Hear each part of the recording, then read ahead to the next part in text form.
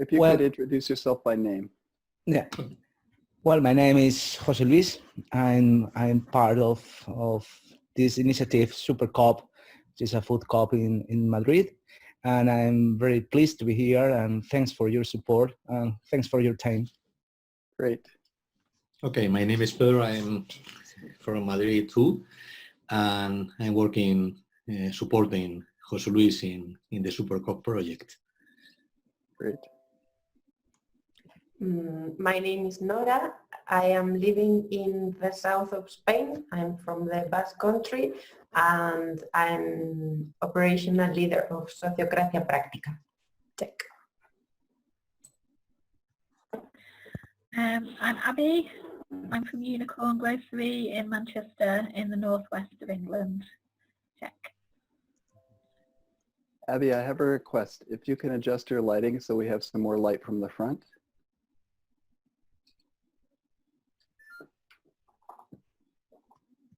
Wonderful. That's much better. Thank you. Great. And I'm Andy. I live in Western Massachusetts, and I work with Sociocracy for All, the organization that supports the work that Nora is doing in Spain and that Abby is doing in the UK. We have a simple agenda for today.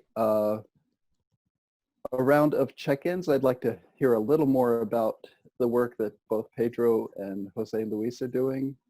If you could tell us more about the Superfood Co-op. Mm-hmm.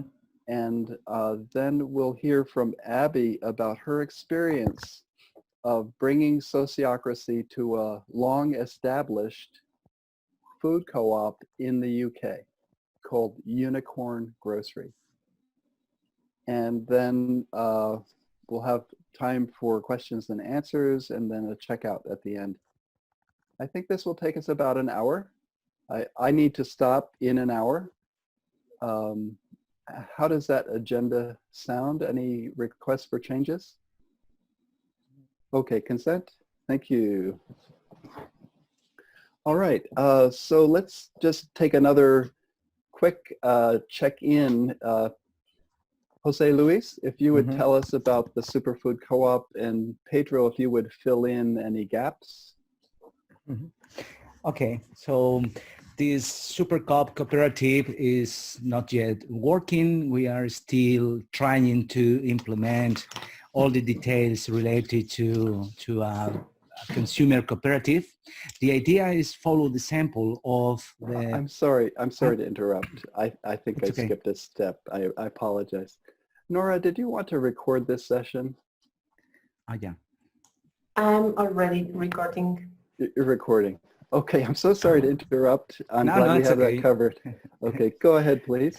It's okay. So this cooperative was founded 1 year ago, following the sample of Park Slope in Brooklyn. The sample, Park Slope. Yes. Yeah, it is part of a social initiative that was launched by the council, local council in Madrid, just 1 year and a half.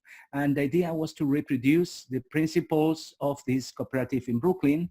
We have been supported by the La Luz, it's another cooperative in Paris. And the idea is to, if you don't know how it works, is to create a consumer cooperative, because we want to save the neighborhood where it is placed from gentrification phenomenon, which is now it's now destroying all the social networks within the neighborhood. So we can offer, or we want to offer, a very cheap vegetables and other fresh products for neighbors in this place in Lavapiés in Madrid. The second idea is to work with other cooperatives, especially producers, in order to create a network of social initiatives to give all the value to these producers, not to supermarkets, not to other retailers. And for sure, we want to bet for green products, local products. And the third main pillar of this initiative is participation. The participation is made on different ways, but the main participation factor is to work 3 hours each 4 weeks in order to save money, because we are not a supermarket. So 75% of all the tasks are going to be done by people in a volunteer way. So the second way of participation is still working now, which are the groups where we are working. For example, we have different groups like methodology, where I'm part of this group, works, financials, communication, and all these kind of informal groups that were made in order to build the cooperative. So the idea is to start selling products on March. I think we are going to have some delays because of logistics and sometimes legal issues. And we are 720 people working for this cooperative. The idea is to reach about 2,000, 3,000 people. And well, everything is working we are working on doing things, but it is not still functioning, but preparing very important questions like choosing providers, like for example, deciding the details of the works. We have all the permissions and the plans and so on, but we have to build with volunteers this supermarket. And another important question that is related to this conversation today is how we can work in a more efficient way, how we can work in a more transparent way, and how we can participate in a more inclusive way. Because, you know, all the problems that we have in these kind of groups and informal groups, even with people coming from social movements, is to take decisions. And the second is to keep track of every decision, who is responsible, who is in charge of everything. Another issue is to decide when do we have to review all the decisions and how we can communicate between groups.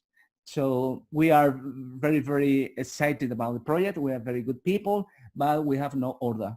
And so we are so democratic that sometimes we are paralyzed by you know, by how we take decisions. We don't have clear roles, we don't have clear domains, we don't have clear tasks. And now these are the issues that the cooperative, the groups are demanding, and we have to choose a coordinator, but who is the coordinator? And we vote, and then this person disappears because he's very busy in his work and all these kind of things. So this is more or less our roadmap and the state of art of this project. Very exciting. Could you tell us how you found Sociocracy for All? Yeah, well, I'm a fan of every new governance model, and since maybe 10 years ago, I'm reading a lot of management books, and starting, for example, for Reinventing Organizations by Philippe Laloux. I've been working on marketing, digital marketing, where there are some examples of different ways of manage a company, like, for example, Morningstar. Like in the case of Sociocracy, it comes from holacracy, from the case of Cepos. And then I was searching more information, and finally I found the Sociocracy group, you know, the French branch of this great movement. And well, I was in a workshop last year where I met Pedro, and then we started to learn together and to share information. And finally, we found, in my case, I found Sociocracy for All thanks to Pedro and Teresa, which is another colleague. Great. And I'm really glad to meet this movement. Yeah, well, thank you for the flyover. Pedro, anything you'd like to add? No, there is no gap. There is No no gap. gaps. Okay. Everything Very is good. okay. Sorry. Okay. Good. Jorge, I'd like to welcome you to the group. Could you tell us briefly about yourself? Thank you.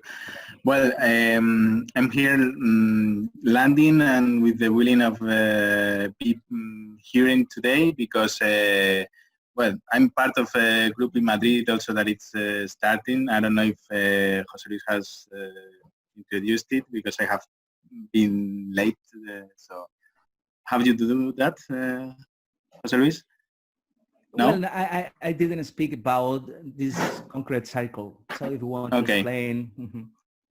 Yeah, it's starting, yes, because we have met twice, I think, no, or one, or so it's a group of people that we live in Madrid region, and we want to explore and to learn and to practice more sociocracy.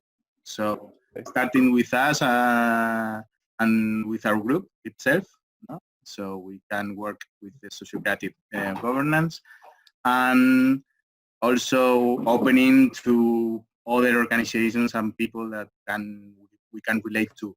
And yes, and Sociocracy for All was well, I have been in trainings with John Bach and with Gilles Carrest and with other, this kind of visions of sociocracy, of schools. I don't know how to name them, no? But finally, I think I have also known Sociocracy for All, and I'm quite comfortable with the approach and with the feeling that I have with the common vision, no, with it. So that's yeah, like my motivation comes from this affinity, at least in this approach, no?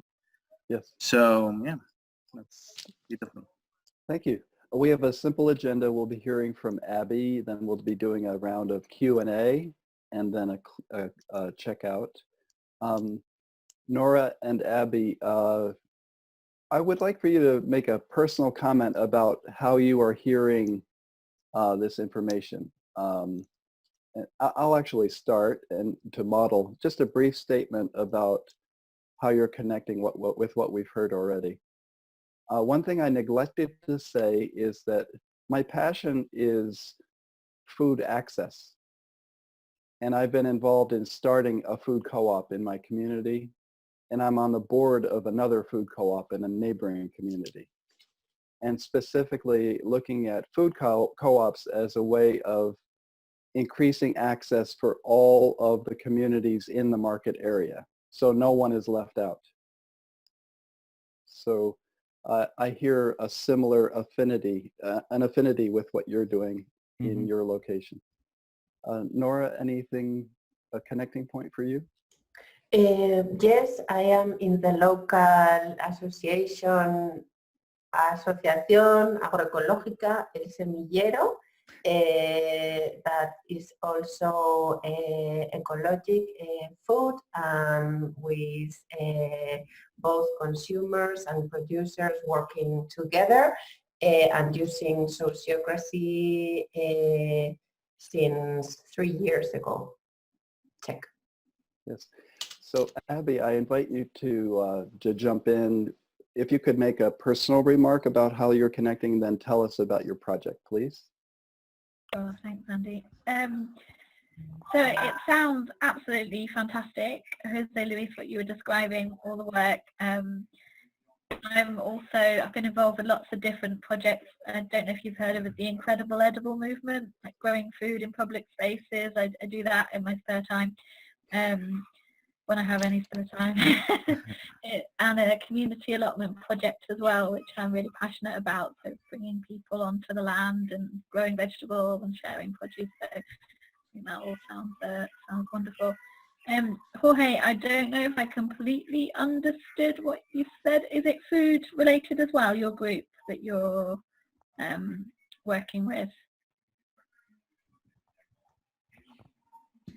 I didn't mention any group. I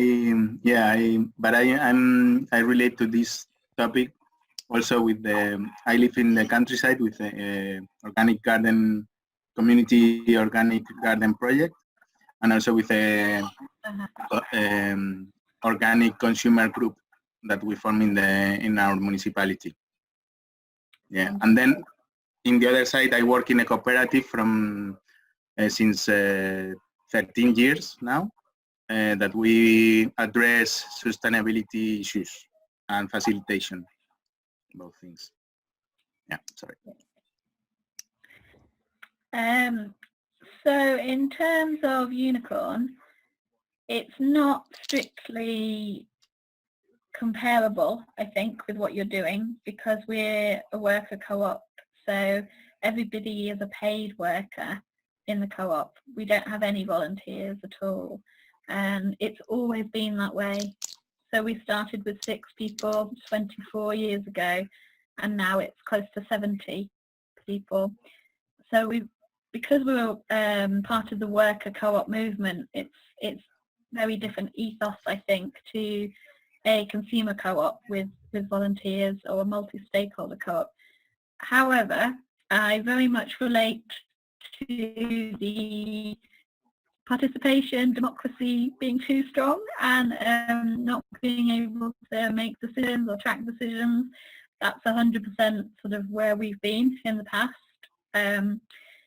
Unicorn, I mean, if you have a look at our website, you may have done already, Unicorn Grocery. Yeah, we work with other co-op. So probably, you know, everything is on there. We try and make that completely comprehensive with everything about us. So what we've been doing for the last 3 years or so, 4 years, 5 years, or a long time, is trying to restructure. So we've always been a collective. So I think we had this structure that worked really well for 15 or 20 people to sit in a room and talk and make decisions and use consensus. And then as we grew as a co-op, we didn't really change anything to how we were doing consensus, and it started to creak around the edges. So we got to, I think before my time, about 35 people, and it was still kind of okay, kind of working. And then we rapidly grew, and we ended up adding, I think, 20 to 25 people in about 3 years. And suddenly everything was like, ah! So my task when I first started in the co-op was to do a small project looking at the consensus decision-making process and working on that and improving that. So we took that route and we did that, and we think well, I would say this because I worked on it, but we generally think we've got it pretty sorted for doing consensus decision-making with up to 70 people, and that works pretty well. But we have 23 different teams at Unicorn, different people looking after different parts of the business. And some of them have 3 or 4 people, so it's easy to manage. And some of them have 23 or 24 people with no real process for how they will make a decision and stick to it and follow it through. So we definitely had quite a lot of issues with decision making in our teams, and kind of that classic thing where when everybody's accountable, then nobody's really accountable. And also when everything has to be agreed by everybody, then either nothing gets agreed or it gets agreed and then it comes back the next meeting because you can't remember who was going to do it. So all of those classic kind of collective co-op experiences, we've been there, bought the t-shirt, done it. So that's our history. But we are really proud of our co-op because, you know, we're a successful business, we've grown a lot, we have fantastic links with our local community, and we managed to do what we say we do, what we want to do, which is sell really good food, mostly organic, sourced with care, and, you know, providing a really great offer for our community. And mostly for us, like, the co-op is about creating the place you'd go to shop yourself, so creating your perfect shop. So we found Sociocracy for All a couple of years ago, and been working closely with them. And I would say, you know, there's been some teething problems, which is inevitable with any kind of restructure, but it's going really, really well overall. And we've been doing, been sort of slowly working through the process, but we've been turning our big teams into circles of no more than 9 people. And that's been pretty crucial. So having a really sort of strict membership of who is actually in a circle, and that they will always turn up for the meeting, and that they will take real responsibility, not just for the day when their meeting is, but for the other 13 days. Ours are fortnightly. It's just sort of how we've always worked. We have a fortnightly rota system. So we've managed to do that, I think, with a lot of success. So most of our teams now, we have a circle of sort of 9 people for most of them, and then a wider team, and we're working on different sort of methods of communication, so that we've got clear kind of accountability and feedback between the circle and the wider team. And what we've done for a very long time is we've multitasked, so everybody is on 2, 3, 4 teams, which is great because then you have a really good view of the business overall and you understand lots of different areas. But it's also not so great because then your headspace, your concentration, your ability to sort of think about things is split here, here, here. So what we've decided to do, the focus is multitasking in your work, so you still work in lots of different areas, but specialising in your decision making and your responsibilities. So most people now are going to be in 2 circles, maybe 3 at a push, but really trying to have one that's their main focus and one where they won't sort of take on a coordinator role, or, you know, but they'll be there, they'll be present, and they'll actively engage with all of the information. It varies massively. I think some people can, I mean, I think I'm in 4 circles at the moment, and that's okay, that works for me, and for other people 1 is more than enough. But we're really trying hard to create a new system of governance where you really are responsible for this particular defined bit. So that's great. And the other thing that's absolutely revolutionary is the classic sociocracy, good enough for now, safe enough to try. So we've spent so many years doing the kind of, is this the perfect thing that we can do? And now we're like, okay, we don't need perfect. Can we agree to do this? Small steps, can we measure? So having the sociocratic agenda template and keeping the logbooks works really, really well for us. And we're finding, I think, sort of a gradual rollout of people being more relaxed about trying things. So if we have, don't know, we do have quite a few controversial things that come up from time to time. It's inevitable in any business, any co-op. But we have now got to a point where people are like, all right, is it safe enough to try? I keep hearing that being said, and that's quite nice. I'm trying to think what else I can tell you. I mean, we've done, I think, which is also really important for everybody in this kind of world, is we've created our kind of co-op version of sociocracy. So we've learned a huge amount from Ted and from Jerry and from Sofa, but we've tweaked it and we've changed it and we've used bits that work best for us. And I think all organisations do that. But your cooperative culture, the one you're building, is quite unique to you. So I think the way that you bring sociocracy in is probably also fairly unique.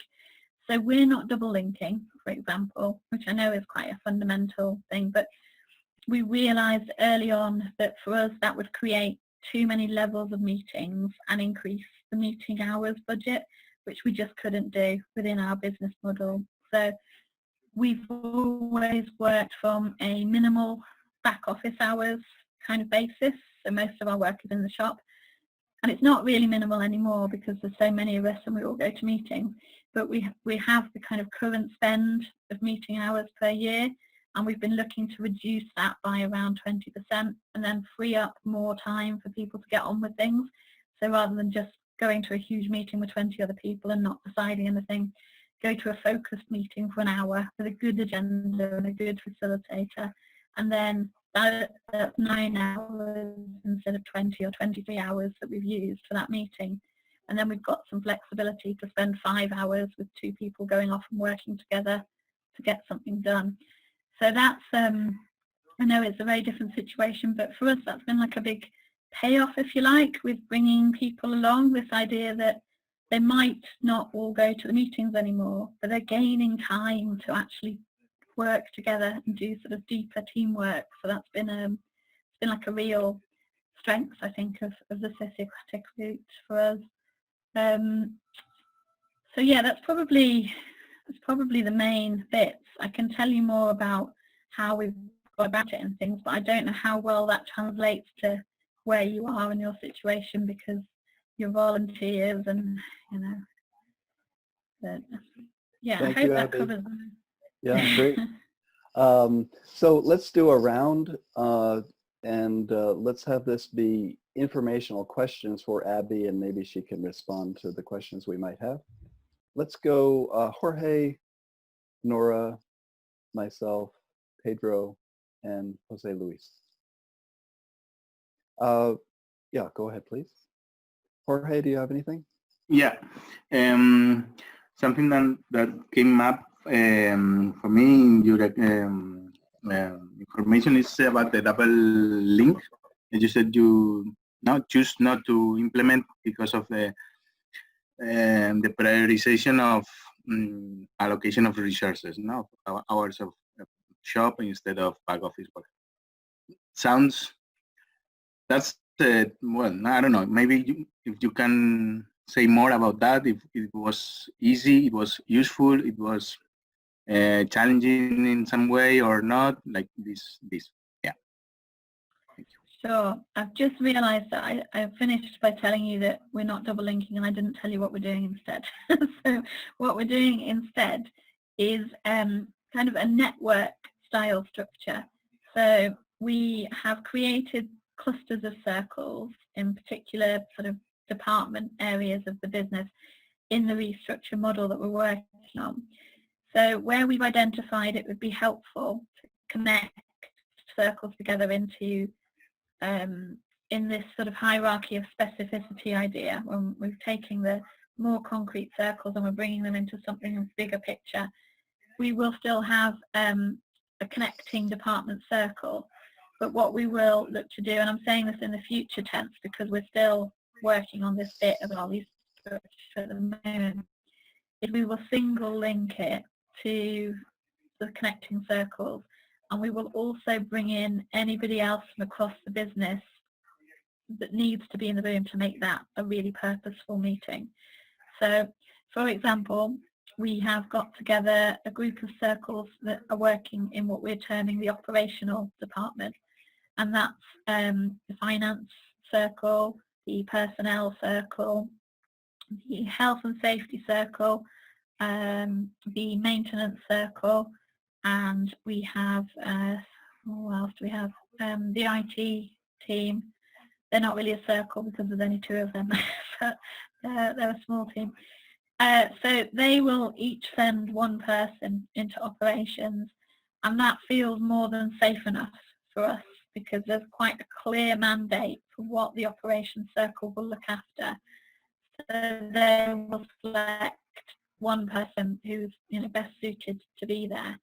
And then in another circle that we're calling internal communications and governance, we have a couple of connected circles, single linking in, but then we've also brought in a couple of other people from a different area of the business to help that run smoothly.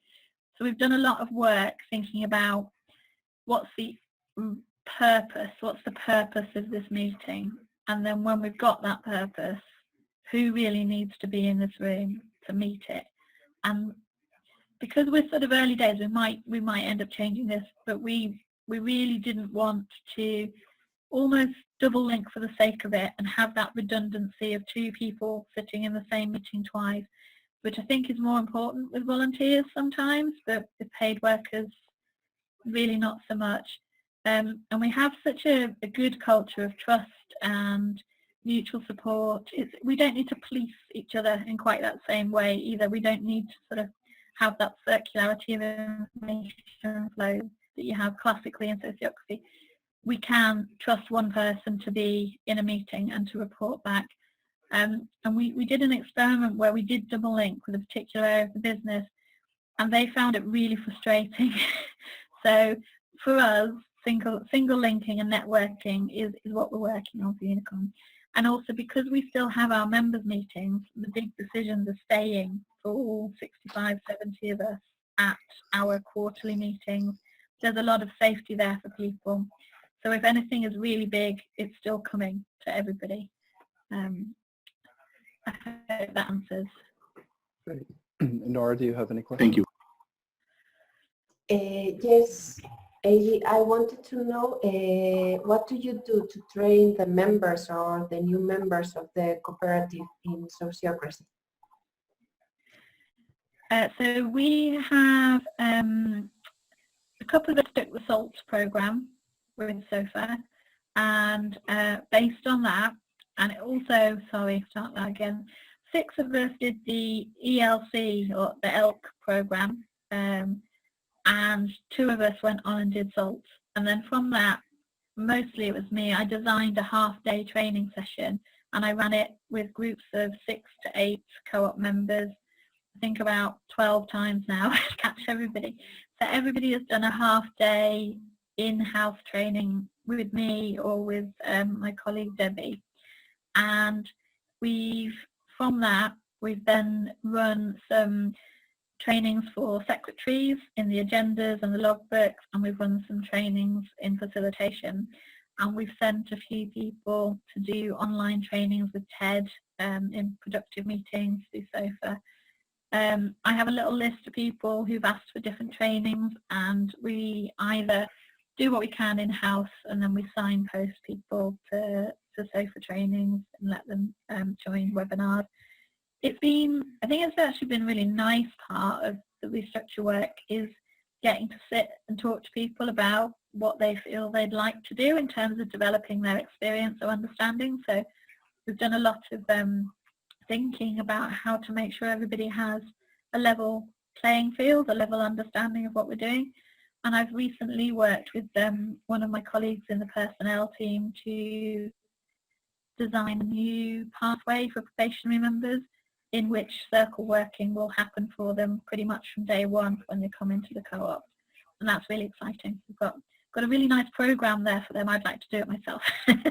But they're going to have a circle so they can practice rounds and they can practice using the agendas, and then they'll be meeting probably weekly to learn about the worker co-op movement and the global co-op movement and have different resources to read and share with each other, and then talk about it in rounds and practice some proposals. Okay. I don't have a question. I have some information to expand on what Abby is saying. First of all, Abby used an expression, fortnight rotor, and that's their working rotation. Okay. The schedule is every 2 weeks you repeat the same schedule. Okay. Did I get that right, Abby? Yes. Yeah. We have Green Week and we have Red Week, and everybody has quite a complicated rotor for each of their weeks. So fortnightly rotation, particularly meet. Yeah. The other is that Sociocracy for All offers the whole range of trainings in sociocracy, including something called Moose, which is for organizations that are using sociocracy, for a newcomer to do some online training themselves at their own pace. That's called Moose. ELK is for self-organizing groups. It's called the Empowered Learning Circle. And that's 6 sessions of working in sociocracy together and learning as you go. And then there's SALT, the Sociocracy Leadership Training, which is a more extended, deep exposure to sociocracy. And for people who want to be trained to be trainers, there's the Academy. And Abby and I are in the Academy together. That's where this conversation started, by the way. Nora told me about you, and I told Abby about you and made that introduction.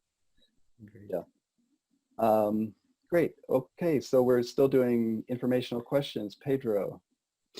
Okay, I would like to know something about are you using any kind of application or information technology to manage all of the information, decision, roles, and so on? Yes, we're sort of halfway still with this, but we've been using Kumu. I don't know if you've heard of Kumu. Kumu. I'll put it in the chat. It's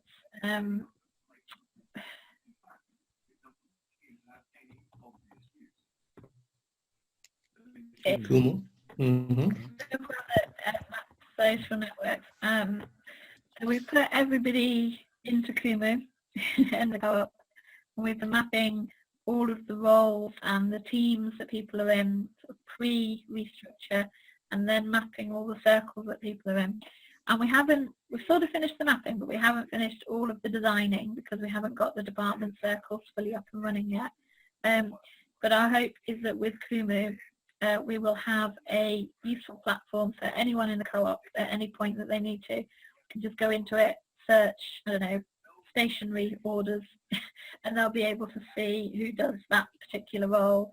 So there's only a few of us at the moment who are using it as we do the implementation process, but that's our main tool. We work in Google Docs for pretty much everything now, so everybody has shared access to all the agendas and all the related bits and pieces that they need. That's been an interesting transition because we were using a drive, just using Microsoft Office. So the drive was a shared drive, but you had to be on the computer at Unicorn, and you couldn't interact with it as well. So using the Google stuff has actually made a huge difference. Having people engage. We briefly flirted with Lumio, but that hasn't worked out. Okay. Okay, thank you very much. Jose Luis. Yeah. Okay. First of all, thanks, Abby, for your information and congratulations for the project. I've been having a look to your website, and it's incredible, the stories that you tell people, that sharing passion, and a very, very important principle, which is caring of life, environment, and people. And well, I have some questions because maybe we share principles, but we are in the different moment of the initiative because we are not starting from scratch, but we are building the supermarket of the future. So my question is related to the first steps of sociocracy at this, the food co-op. And my question is about how did you create awareness? Which kind of elements, tools, messages you use to convince people that it was a good option? Then how you organize this process? Because we have ideas, we have people interested, but we don't have a clear roadmap of sociocracy or implementing sociocracy within the cooperative, except that having or test what people want to do. So my interest is related to this information. How did you start, and how do you do? So the first step was I stumbled across Sociocracy for All quite randomly. I ended up going to a webinar for something fairly advanced. I didn't know what anyone was talking about, and it was interesting. And then I connected with Ted afterwards. So the first step was I got really excited and I talked to people and said, we have to look at this thing. And then we put together a small proposal, a couple of us, to get 6 people in a room for 2 hours, once a fortnight in our schedule, to do this empowered learning circle program. Now, I'm not sure if it's changed much from when we did it a couple of years ago, but for us it was very accessible and affordable, and it was by donation, and I think that's still the case. So we chose 6 people. There were the 2 of us who were excited about it. I was in our structure team anyway, looking at moving things forward with consensus and decision making. So then we thought about who to invite, and we picked people from different bits of the business who expressed an interest. And that was a little bit less democratic than usual because we just picked 6 people. We didn't open it up to the whole club and say who wants to do it. And it was an experiment, and it wasn't very much money for us. So we wrote a little proposal to our fortnightly forum meeting, which is reps from all of the teams, and just said, can we have a few £100, these hours for 6 of us, and the donation amount for SOFA? And everyone said, yeah, go on then. So we did that. And then we gave a presentation to the membership. We're quite lucky at Unicorn because we have every fortnight, we have our training hour, and some people are down on the shop floor, but it rotates. So we come together for an hour a fortnight to learn something new. So we have external speakers come in, or we have internal stuff that we want to talk about. So we took one of those sessions and we told everybody what we'd learnt from the Empowered Learning Circle process. And we had time for getting into small groups and having a little discussion and then asking questions. So that was the first thing we did.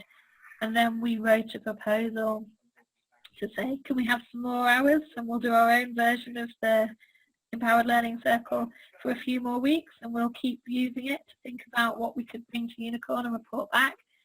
And then we wrote a report, and then from there we took a proposal to everybody to implement, or to, I think actually not to implement, the proposal said something like to put some resources into exploring what implementation of sociocracy would look like for the co-op.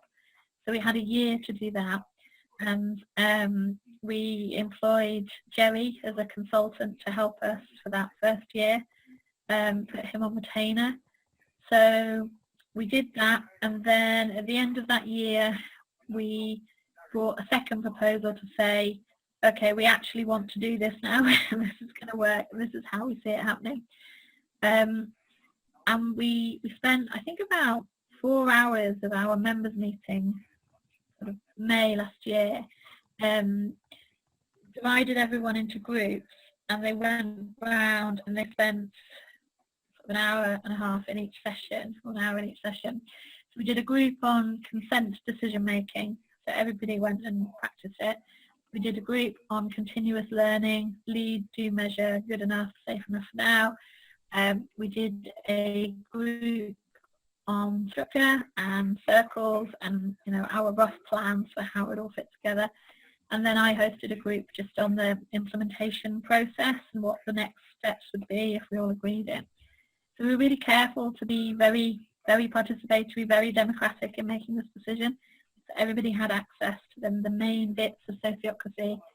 Then we came back together and had a discussion for about an hour, I think, going over all the pros and cons. And we agreed a bigger budget at that time to carry on with some support from SOFA. We also had some support from somebody else we'd met at a conference that Ted and Jerry had organised to do with Kumu and the networking and the linking, and a budget of hours for us, and a training budget to send people on some more courses. So we kind of did it step by step and quite carefully and slowly. But that was kind of what we needed at Unicorn and our sort of long running culture. But it means we've taken most people, if not everybody, with us, and sort of remaining couple of sceptical voices have kind of just gone, oh, well, we're doing it, aren't we? And, you know, I've gone along. And also because I did the part of the first proposal was that we would run the half-day trainings for everybody who wanted to do it. And we asked everyone to put their hands up in the meeting if they'd like to do a half-day training with me to go through sociocracy. Every hand in the room went up, that everybody was interested enough to want to do the training. So I think how we did it has worked for us. And we still have an open door for critical concerns and people wanting to say, but it doesn't work because I had one bad meeting last week, or whatever it happens to be. So I'm slightly the co-op agony aunt for all of the problems tend to come to me. But I can honestly say that the sort of what's the word, like the vibe, the shared kind of understanding of it is generally one of quite a lot of excitement and hope for having a more organised, better co-op future. So yeah. Okay, thank you. So we completed our question and answer round. We have time for our checkout, and I invite you to, in the checkout, speak to something that you found inspirational or an implication of this conversation. What will this lead to, if that makes sense? Let's do the same round. Jorge?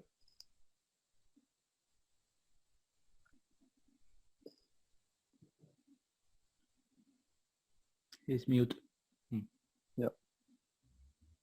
Let's go with Nora and come back to Jorge. Well, it was amazing hearing the whole story, and for me the inspiration is just hearing from groups that are doing it, because this is a big impulse to other groups that wants to try. Check.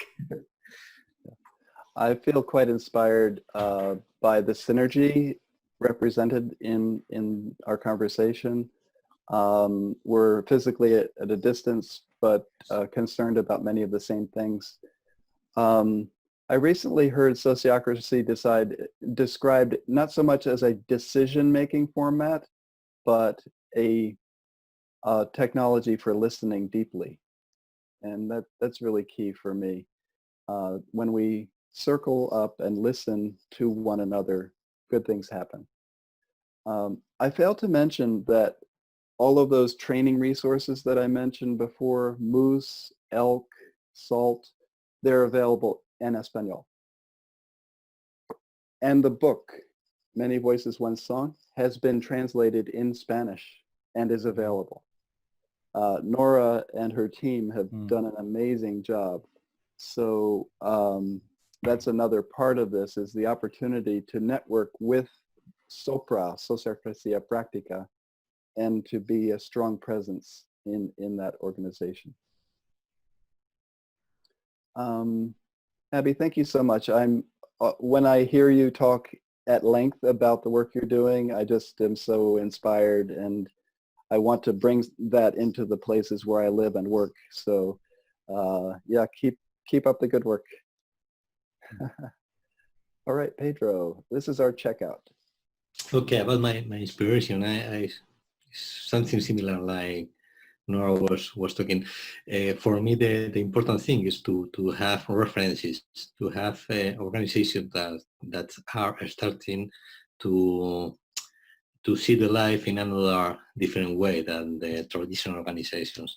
So for me, is the sample is the better thing, the inspiration. Okay. Jose Luis. Well, I'm really inspired by your example. You are leading the way that we think we have to do things. And as Pedro said before, it is a good example to share with other people in order to show that it is possible to change and to do the things in another way.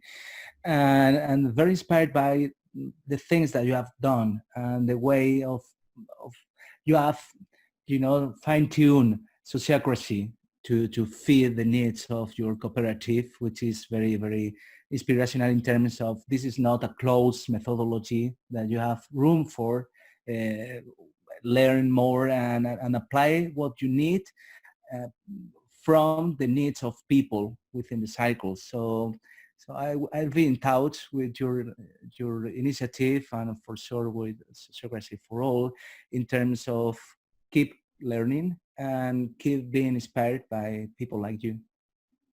Thank you. Abby, before you go, I realized I left out two things.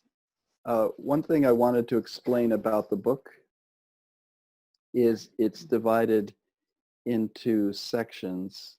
The first section is an introduction to sociocracy.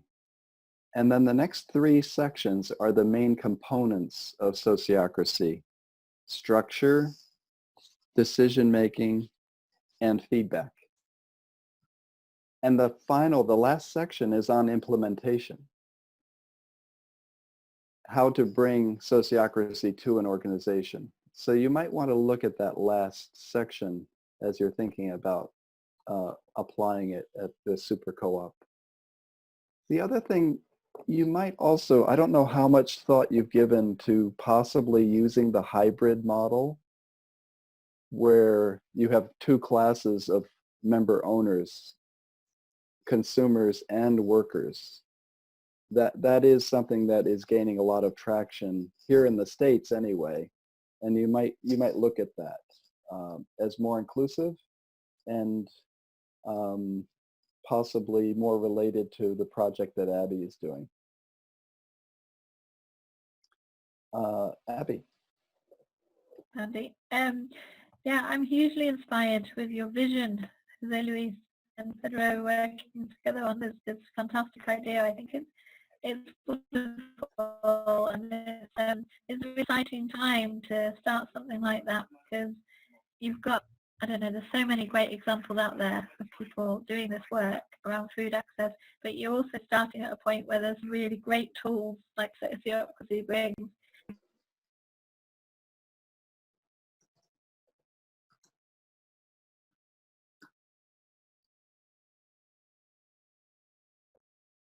Abby, we can't hear you. I'm sorry.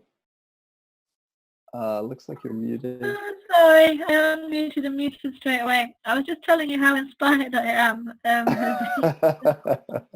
with your work, and how fantastic it is around food access and bringing people together, and what a wonderful time to be doing it at the beginning when you can shape it and you can use sociocracy and you can not have to spend like 20 odd years maybe not getting it wrong, but making it harder with decision making and with how you connect to people. You can start with this fantastic tool and from day one have people working sociocratically and give it a really strong foundation to build on. And Nora, I'm always in awe of all the work you do, and I hear of you quite regularly in SOFA meetings and things. And well done with the translation of getting everything into Spanish. And Andy, thank you as ever. I love all the stuff you're doing with food access and food co-ops, and it's just really nice connecting with people. I'm sorry I'm so sleepy. I've been traveling all day, so hopefully I've made some sense. You have my email address. If you have questions, feel free to email me. And if you have other questions like around Unicorn's business or anything we can do to help with how we do our trading, we trade with a lot of growers in Spain, for example. I might be able to put you in touch with people who could give you very practical advice, but feel free to ask. Check. Great. So we're a little early in our time. Does anyone have any burning comments, anything that needs to be said before we close? Jorge, are you still with us?